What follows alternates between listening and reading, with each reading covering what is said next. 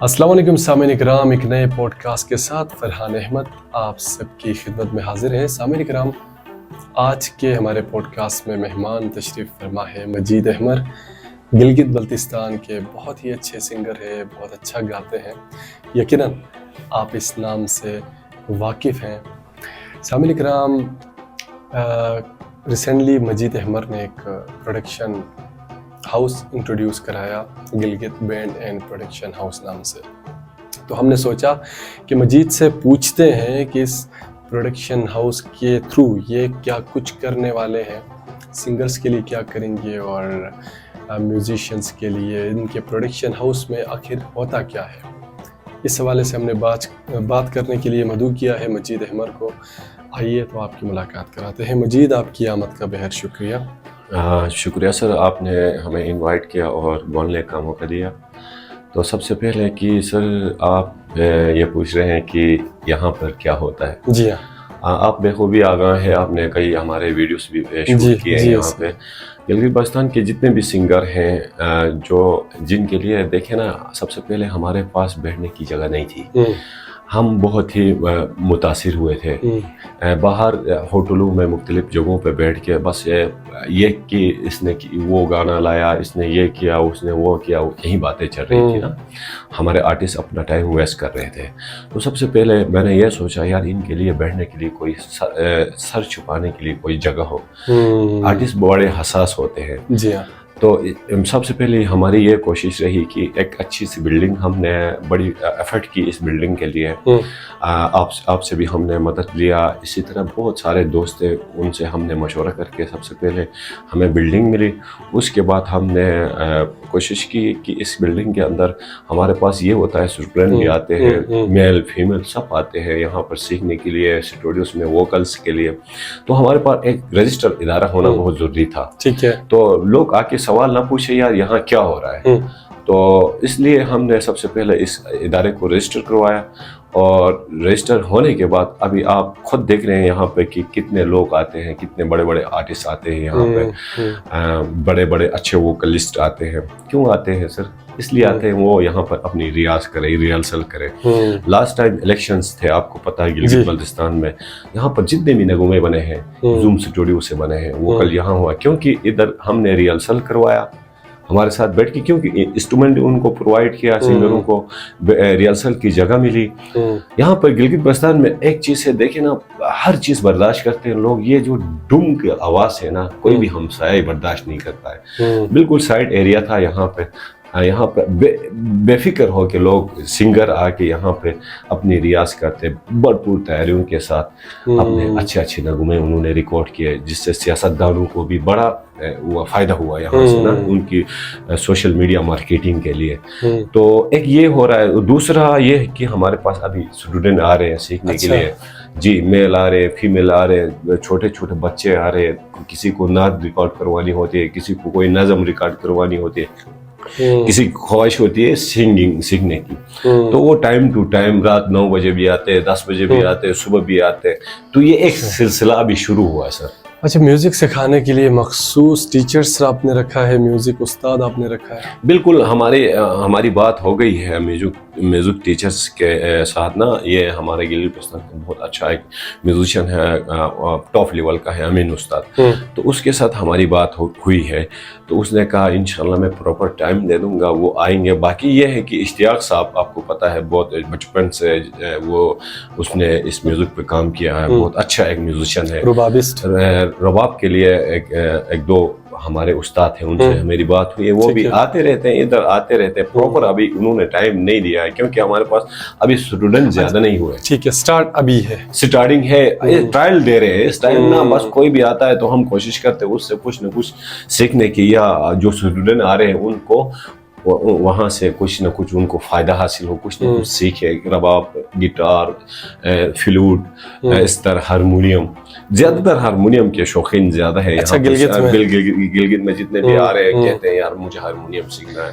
तो इस वजह से हम कोशिश में हैं कि 2-3 हारमोनियम हमारे पास है। बस वो हर चीज़ ये है ना सर, अपनी प्रैक्टिस और रियाज से आप सीख सकते हो। तो बस आज कोई भी म्यूजिक सीखने के लिए कितना वक्त दरकार होता है? सर वो आपकी मेहनत के ऊपर डिपेंड करता है। अच्छा। म्यूजिक के कुछ आप हारमोनियम है, हारमोनियम के अब अगर आप हारमोनियम सीखना है तो अब हारमोनियम की बेसिक से आपने शुरू करना है। बेसिक क्या है, यहाँ से आपने सरगम से शुरू करना है, सरगम करना है, उसके बाद इसके थाट होते हैं, इसके स्केल से होते हैं, वो सारी चीजें सीखने के बाद आप रिहर्सल करते हो प्रॉपर बीट के साथ। अच्छा। आपके साथ अगर सीखने के लिए ना आपके साथ बीट होना बहुत जरूरी है। चाहे आप स्पीकर में प्ले करो, चाहे कोई आपके पास म्यूजिशियन हो इस तरह का जो बजाने वाला, तो वो आपको प्रॉपर सपोर्ट हासिल होता है। अच्छा जी तो बिल्कुल, ऐसा है। बंदे की मेहनत पे, शौक पे डिपेंड करता है। बिल्कुल सर, शौक और मेहनत। अगर मुझे 1000 दफा भी बड़े से बड़े उस्ताद भी सिखाए, मगर अगर मेरे अंदर शौक नहीं है, मैं मेहनत नहीं कर रहा हूँ, मैं उस पर प्रैक्टिस नहीं कर रहा हूँ, तो मैं कभी नहीं सीखता।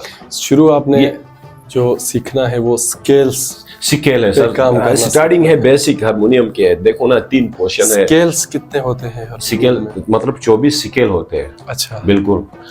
और उसको पहले प्रॉपर समझना है स्केल को ना, फिर उस पे आपने प्रैक्टिस करना है कि शुरू से लेके एंड तक प्रैक्टिस करो। उसके बाद आपका सबसे पहले अगर एक सिंगर के लिए देखो, सिंगर के लिए उसने सरगम करना है। सरगम जितने भी आप रियाज करोगे, बहुत ज्यादा रियाज करोगे, वो आप किसी भी एक स्केल में बैठ के, अमूमन रिहर्सल होती है नीचे स्केलों में होती है, जैसे डी है, डी पे आप करते हो, या आप सारे गामा पा धा नी सा, मतलब सरगम उसके कई पलटे हैं। म्यूजिक के अंदर अगर आप जाए तो उसमें पूरी पूरी दुनिया है। बंदे की नहीं समझ आ रही है कि यार एक समंदर है, समंदर।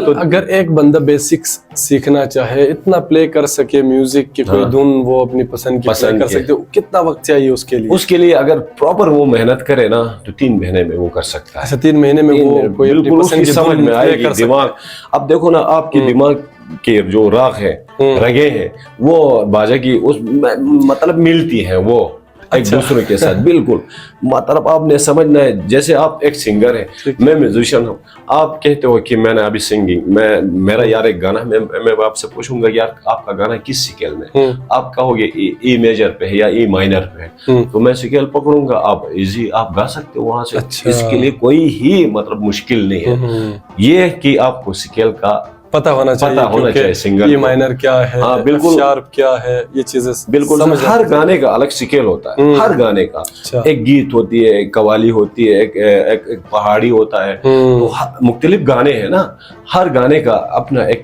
रिदम होता है, अपना एक स्केल होता है।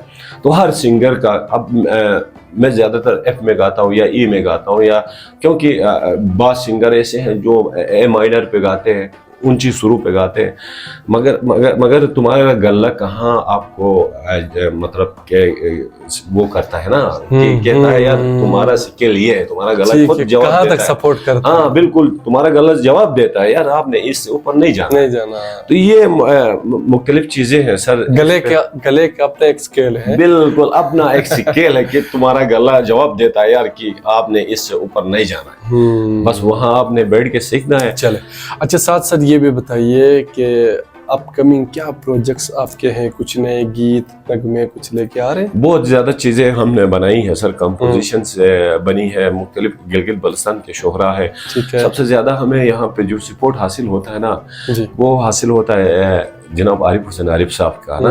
वो हमारे पास इधर भी आते हैं, अपने पास भी बुलाते हैं, हर मामले पे वो हमें सपोर्ट करता है।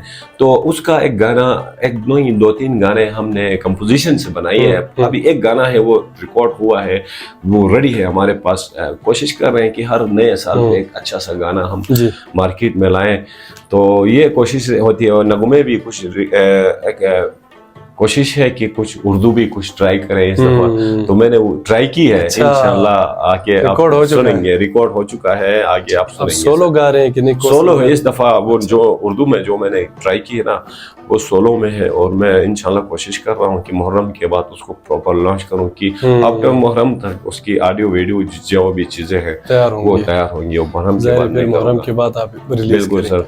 बाकी प्रोडक्शन के हवाले से आपने कहा, तो इंशाल्लाह फ्यूचर में ये होगा कि मैं मैं कोशिश करूंगा कि हमारे जितने भी सिंगर हैं इनको रिक्वेस्ट है कि ये जगह मेरी नहीं है, गवर्नमेंट ने रजिस्टर करके दिया, हाँ इसका रेंट जो है वो मैं दे रहा हूँ, बाकी इनके लिए दरवाजे खुले हैं, आपके स्टूडियो का दरवाजा खुला है, हमारे स्टूडियो का कोई भी फनकार आता है पाबंदी नहीं है, बिल्कुल पाबंदी किसी के ऊपर नहीं है। हाँ फनकार आके फ्री ऑफ कॉस्ट सीखना चाहता है, सीखना चाहे अपनी रिहर्सल करे, देखिए ना सब रिहर्सल के तो चार्जेस नहीं लेते ना? बिल्कुल नहीं है सर, फ्री है उनके लिए। ठीक है, क्योंकि यहाँ पर चलिए ये बहुत अच्छी बात है। ये जो यंग सिंगर्स होते हैं जो अभी अभी म्यूजिक सीखना चाह रहे हैं या सिंगिंग करना चाह रहे हैं, तो आप इनकी प्रोडक्शन हाउस आ सकते हैं और यहाँ पर देगर गिलगित के मायना सिंगर्स फनकार यहाँ पे आते हैं, सबसे गाइडेंस आप ले सकते हैं, सीख सकते हैं। चले ये एक अच्छी आपने, हम खुद सीख रहे हैं ना सर, इस टाइम सीखने के मराहिल में है, क्योंकि हम सीख रहे हैं। आ जाए तो मिलके सीखेंगे और मैं कह रहा हूँ सर यहाँ सीखेंगे। देखो किसी के लिए, फिर कह रहा हूँ किसी के लिए पाबंदी नहीं है, यहाँ 3-4 अच्छा मेरा अपना रुबाब सीखने का शौक है, आप सिखाएंगे? बिल्कुल सर, आपके लिए टीचर, हमने टीचर से बात हुई है रबाब वाला, क्योंकि इलेक्शंस थे उससे पहले ये दीदारी के हवाले से हमारे जी बिल्कुल सीरियसली मेरा जाती ख्वाहिश है कि मैं रबाब सीखूं। वो हल्का फुल्का मैं शुरू में प्ले करता था, बाद में वक्त ना होने की वजह से छोड़ दिया। बिल्कुल तो अभी मैंने दोबारा से इसको प्रॉपर मैंने सीखना है, तो जरूर आप लोगों के साथ मिलकर हम इस चीज को सीखेंगे। तो वक्त भी निकलता जा रहा है, तो मजीद आपके साथ इसके अलावा एक हमने तफसीली पॉडकास्ट हमने करना है जिसमें आप सिंगिंग भी करेंगे और अपने नए जो कलाम आने वाले प्रोजेक्ट्स है वो भी सुनाएंगे। तो आखिर में कोई पैगाम है तमाम सुनने वालों? आखिर में मेरा ये पैगाम है कि आप लोग इसी तरह पुरअमन रहे, अच्छी तरह आप लोगों ने गिलगित बल्तिस्तान की में इलेक्शन में आप लोग सब ने अपना अपना हिस्सा डाला। इस दफ़ा न्यूट्रल इलेक्शन हुए हैं गिलगित बल्तिस्तान में, बहुत ज़बरदस्त तरीके से आप लोगों ने अपने अपने नुमाइंदों का जो है वो सपोर्ट किया, चुनाव किया। और इसी तरह आप लोग फिरकवारियत से बालातर होकर सियासी जो नुमाइंदे हैं उनको सपोर्ट करें। और बाकी तमाम आर्टिस्ट से मेरी यही गुजारिश है कि इस प्रोडक्शन हाउस को आबाद करें, ये आप लोगों के लिए ही बनाया गया है। इस पर जिद बोगस या वो वाली बातें आप लोग ख़त्म करके इधर आए और यहाँ से सीखे, खुद भी सीखे, हमें भी सिखाए और अपने आने वाले जो बच्चे हैं, आप लोगों का जो फ्यूचर है उनको भी सिखाए। और गवर्नमेंट से भी यही अपील है कि इस प्रोडक्शन हाउस को आप थोड़ा तवज्जो दे दें, ताकि यहाँ से गिलगित बल्तिस्तान के बड़े बड़े जो हमारे यंग जो टैलेंट है वो निकल जाए, वो निखर के आगे आ जाए। बिल्कुल सर, ये आपके साथ का बेहद शुक्रिया, आपके वक्त का बेहद शुक्रिया। Thank you so much sir, आपका बहुत शुक्रिया। सामईन किराम, मजीद अहमद आज के पॉडकास्ट में हमारे मेहमान रहे। तो आज हमने उनके प्रोडक्शन हाउस के हवाले से थोड़ी बहुत गुफ्तगू की, तो इंशाल्लाह नेक्स्ट और हम पॉडकास्ट करेंगे जो तफसीली पॉडकास्ट होगा, उसमें इनसे हम सॉन्ग्स भी सुनेंगे, अपकमिंग जो इनके सॉन्ग्स तैयार है जो आने वाले हैं वो हम सुनेंगे। तो अपना ख्याल रखिए, इंशाल्लाह नेक्स्ट किसी पॉडकास्ट में आप तमाम से दोबारा मुलाकात होगी। इजाज़त दीजिए, अल्लाह ने के बाद।